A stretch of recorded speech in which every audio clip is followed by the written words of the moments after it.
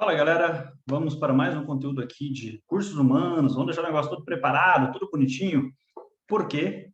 Porque está na hora da gente começar a entender das dinâmicas do relacionamento entre as pessoas.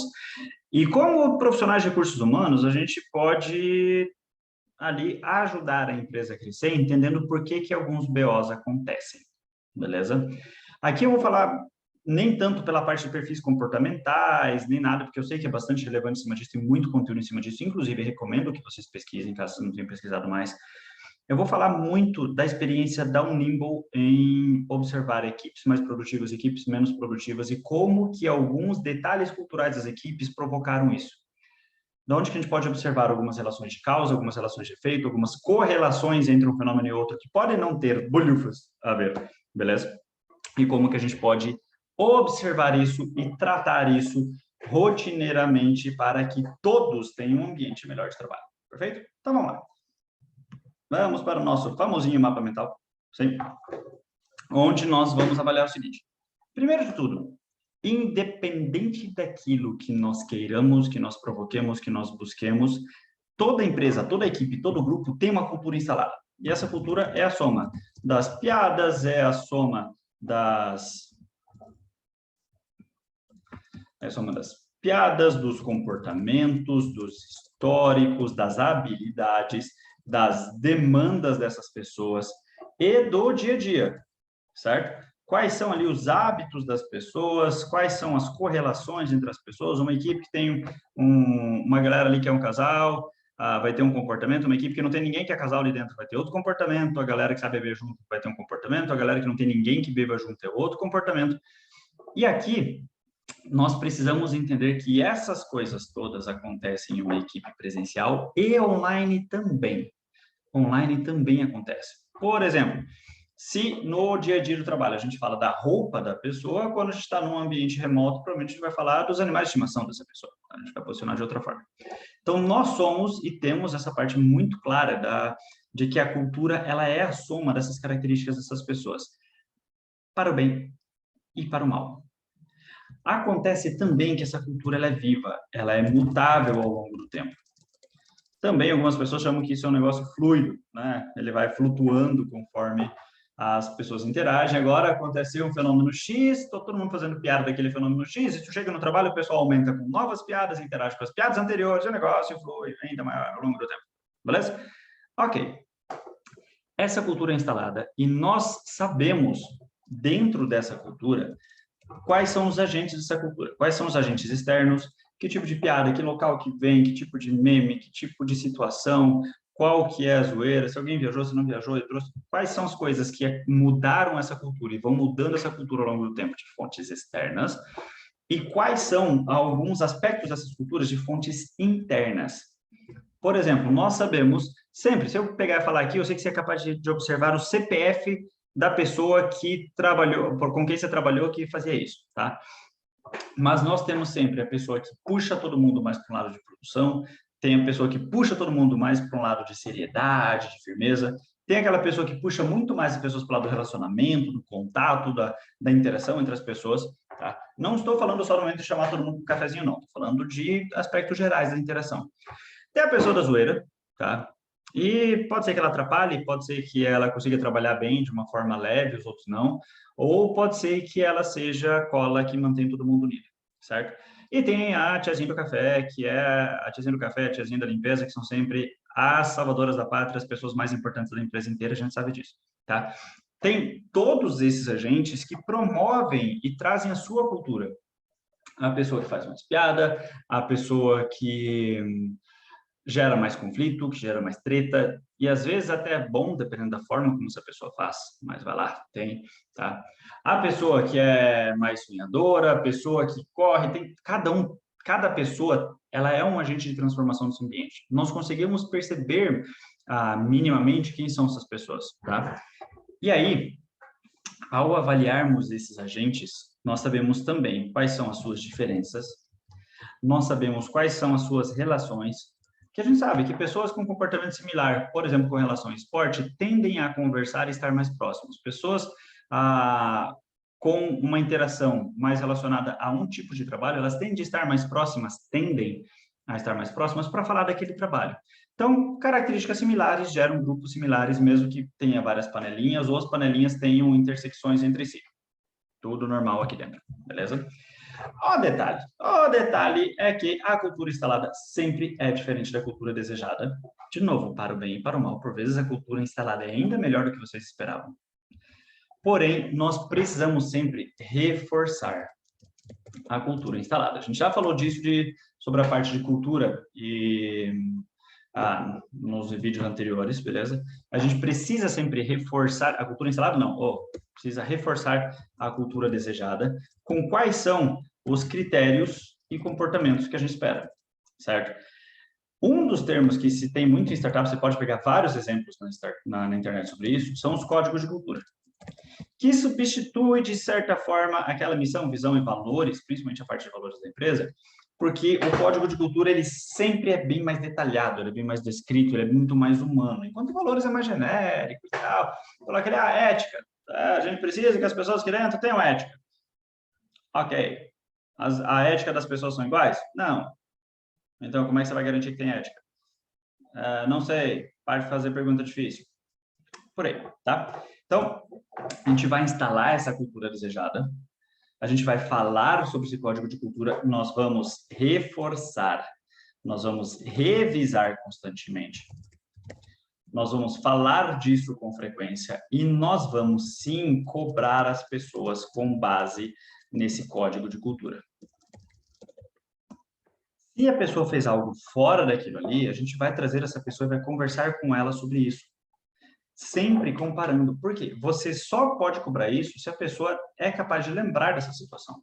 Se essa pessoa viu o código de cultura ou o valor da empresa no primeiro dia que entra e nunca mais, ela não vai ficar se preocupando com isso, velho. Pelo amor de Deus. Não vai mesmo. O que ela precisa aqui é ser capaz de viver isso, porque ela sabe qual é o código da cultura que está instalado ali naquela empresa. E, lógico, ela quer se sentir pertencida. Então, ela quer também moldar o ambiente dela para a forma que ela trabalha e ela quer sentir, é legal isso, as pessoas falam, cara, que legal, tá? A não ser que seja alguma coisa muito venenosa no ambiente de trabalho, mas as pessoas normalmente gostam quando elas percebem em si características das pessoas ao redor com quem elas estão convivendo, beleza? E eu não estou falando de Covid, eu estou falando de mudança pessoal mesmo, tá? Com isso, o que é que nós começamos a ter? Nós temos o resultado no dia a dia. Deixa eu até colocar aqui. Nós temos um resultado do dia a dia que é imediatamente relacionado, ele é intrinsecamente direcionado às tarefas executadas, ao resultado das tarefas, aos hábitos das pessoas e às correlações das pessoas, tarefas e resultados. Resultado de um que interrelaciona com o resultado do outro, que outra pessoa usa e as pessoas se comunicam bem, e o negócio flui, e vai para lá, e vem para cá, e refaz o teste, e vai para lá, e aprovou, e está bonito, e está entregue o resultado no dia que a gente esperava. Essa junção aqui, ela é muito impactada pelos perfis comportamentais das pessoas. Se uma pessoa é mais procrastinadora, a tendência é que ao redor dele as pessoas serão mais procrastinadoras. Se uma pessoa é mais comunicativa, a tendência é que ele puxe para si as pessoas mais comunicativas e, eventualmente, possam comunicar bastante ou até demais, atrapalhar as coisas, a tal ponto que nós temos ali um cenário de que 15%, é uma estatística que foi feita isso nos Estados Unidos, essa pesquisa. Quando você está próximo de uma pessoa de alta produtividade, você simplesmente por estar ali perto, você tem 15% mais resultado também. Não é porque a pessoa está carregando você, é porque você se espelha. Você começa a criar em você valores dessa pessoa, aspectos culturais do que essa pessoa faz, como que ela se organiza, o que ela aceita, o que ela não aceita, que faz com que ela acabe puxando a sua forma de se posicionar, certo? Então, isso aqui acontece muito com frequência e a gente pode usufruir disso para provocar uma melhoria no nosso ambiente de trabalho. Aqui a gente começa a entender a questão de correlação e a relação de causação. E aí, efetivamente, alguma coisa causar outra coisa, beleza? Logicamente, a gente precisa entender que as duas são diferentes. Uma coisa está relacionada à outra não quer dizer que ela causou a outra, beleza? O fato de uma menininha estar correndo no meio do aeroporto de Guarulhos no dia que sai um avião e esse avião cai, não quer dizer que a causa do avião cair tenha sido a menininha, mas está correlacionado. As duas, o avião e a menininha estavam correndo em Guarulhos no dia, sei lá, tal, de não sei das quantas, certo? Eu espero que não caia nenhum, porque senão vão dizer que eu estou fazendo previsão. E se acontecer, é correlação, não é causa, tá bom? Não fui eu que derrubei, eu juro. Não tem nada a ver com isso. Então, como é que a gente começa a entender isso? Beleza? Existem, principalmente hábitos, existem valores que filtram hábitos, e esses hábitos, eles direcionam as atividades das pessoas, ok? E essas atividades são as que geram o resultado, ok? Então, essa sequência... Nossa, aqui ficou feio para cá. Vamos lá. Essa sequência, ela é bem relevante. E a gente pode observar com frequência que uma pessoa deixou fazer algo de última hora por causa de uma decisão pessoal, que uma pessoa não se relaciona com outra por causa de uma decisão pessoal. E essas decisões, normalmente, elas são automáticas, elas são baseadas nos filtros dos valores ou no direcionamento dos hábitos. O que a gente precisa observar aqui é o seguinte: se o resultado desejado não está legal para aquela sequência, onde que a gente precisa agir? Aqui é realmente qual a causa. Aqui a gente pode usar 5 porquês, a gente pode fazer uma análise de restrições, teoria das restrições e gargalos, tem um monte de coisa que a gente pode fazer aqui, tá? Para avaliar. Mas ao observar que o resultado não está como a gente queria, onde que o resultado foi zoado?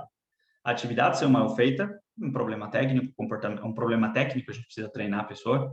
O hábito atrapalhou ou o hábito não fez o resultado chegar lá.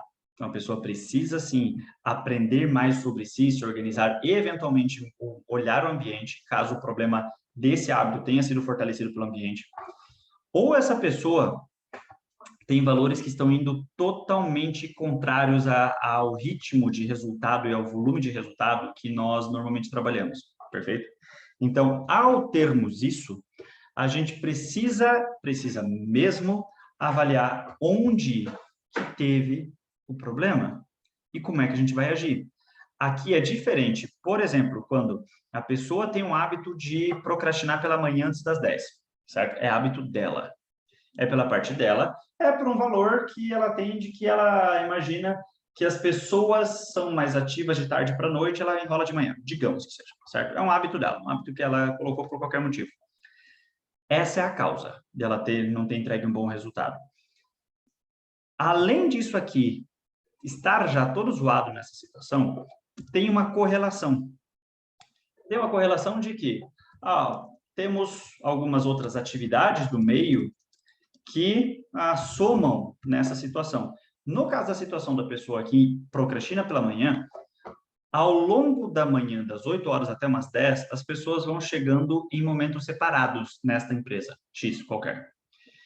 E a cada pessoa que chega, esta pessoa aqui, que é muito comunicativa, ela interage, porque é muito, muito mais divertido para ela se comunicar pela manhã do que se dedicar pela manhã. Ela não é aquela pessoa que vai lá e tenta despachar tudo pela manhã para ficar com a tarde livre. Não. Ela deixa pela manhã, amanhã é livre mesmo, está tranquilo. A hora que o café bater, eu vou e produzo. Só que ela já organizou todo o seu dia para deixar tudo para depois, deixar tudo para de tarde. E às vezes pode ser tarde demais.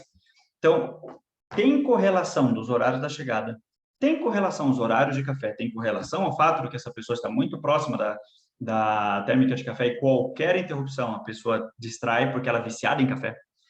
Mas isso tudo são correlações, eles não causam um efeito, mas eles somam ao efeito. Por vezes, você não pode agir só na causa, por vezes você tem que agir nas correlações também, nos itens que influenciam.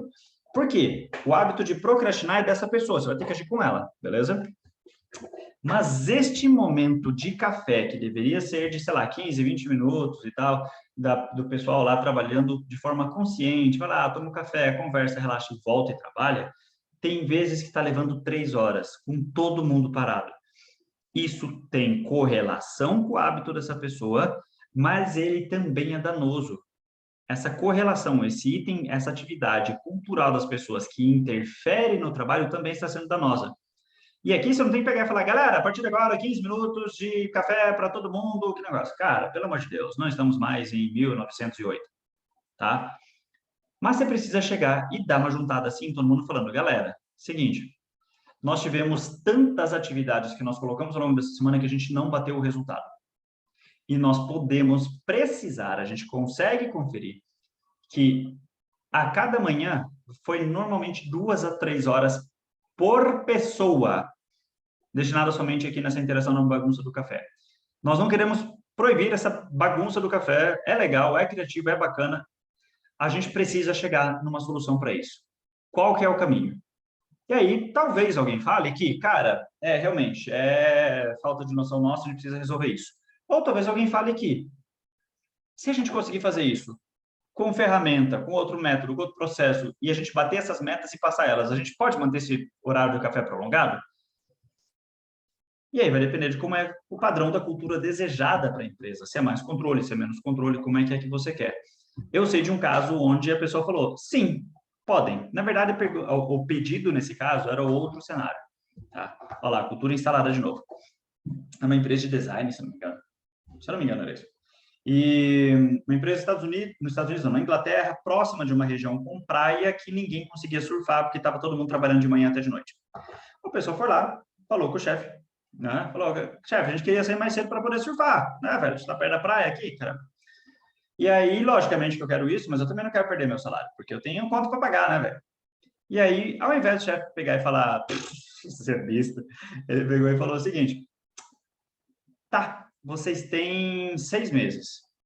Se em 6 meses vocês conseguirem organizar as coisas aqui do jeito que vocês quiserem, de forma a vocês entregarem o resultado que a gente precisa em 6 horas, vocês podem ser essas últimas 2 para conseguir, para surfar do jeito que vocês querem. Serve, pessoal? Serve. Serve. Em 3 meses, eles estavam produzindo 20% além do resultado que eles queriam, porque eles tiveram essa liberdade de criar o mecanismo deles, de alterar os hábitos das atividades, e independente se eles tinham folga ou não, como é que era no meio do caminho, não pararam de tomar café, não pararam de nada, mas eles mudaram as atividades e as correlações de trabalho. Isso vocês podem provocar, beleza? Então, sempre que houver situações como problemas, baixo desempenho, conflitos, ou situações de desafios intensos, coisa muito pesada, sei lá, vamos fazer um evento, vamos fazer isso, vamos fazer aquilo, vai ter um monte de mudança. Sempre que houver este cenário, vocês podem provocar a melhoria do ambiente de trabalho e vocês podem provocar isso operacionalmente, lá, mexe na tarefa, mexe na ferramenta, ou você pode buscar provocar isso na cultura, mudando processos de decisão, não mudando, mas reforçando valores. E também provocando aqui nas pessoas um tanto mais de autonomia para mudarem o necessário para chegar no resultado.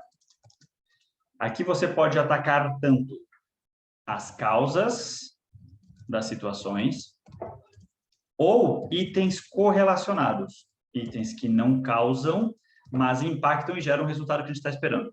Então, nestes itens culturais aqui, quando a gente consegue fazer uma mudança nessa parte, o impacto em resultado é muito mais duradouro. Galera, é muito mais. É coisa louca. Coisa louca pra caramba, certo? Então, basicamente, o que a gente precisa avaliar aqui é se os resultados antes da tentativa de mudança estão maiores ou menores do que após o resultado. Se após essa mudança de cultura, essa provocação de melhoria da cultura para a própria empresa, se após isso ocorrer, houve melhoria de resultado, o que você faz? Você incorpora esse aprendizado no código de cultura. Você viu que aquilo funcionou legal. Ou incorpora também nas tarefas, hábitos e rotinas. Não é porque é cultura que isso aqui não possa ter melhoria. Perfeito? Galera, Eu espero que isso aqui ajude muito vocês a entenderem como funciona a estrutura de algumas empresas. Houveram alguns testes aqui ao longo do caminho, onde as propostas puxavam que vocês se comportassem em grupo. Não vou falar quais, que é para vocês se posicionarem como vocês quiserem, beleza? E também, em cima dessas atividades de RH, nós da Unimbo, particularmente, temos bastante interesse, porque nós batemos muito nisso daqui. A gente não ataca ou não interfere na cultura, mas a gente busca muitos resultados e, por vezes, as pessoas acabam descobrindo aspectos culturais que ninguém mais estava mexendo, que ninguém mais estava vendo, e que isso estava gerando os resultados que a equipe tinha. Perfeito? Então, nesse aspecto, isso aqui é algo que a gente pode contribuir para vocês e que pode ajudar vocês tanto a trabalharem junto com o Nimbo ou serem replicadores, como ajudar isso nas equipes quaisquer onde vocês venham a atuar. Perfeito? Galera, desejo muito sucesso nos desafios de hoje para vocês. Um abraço e até mais.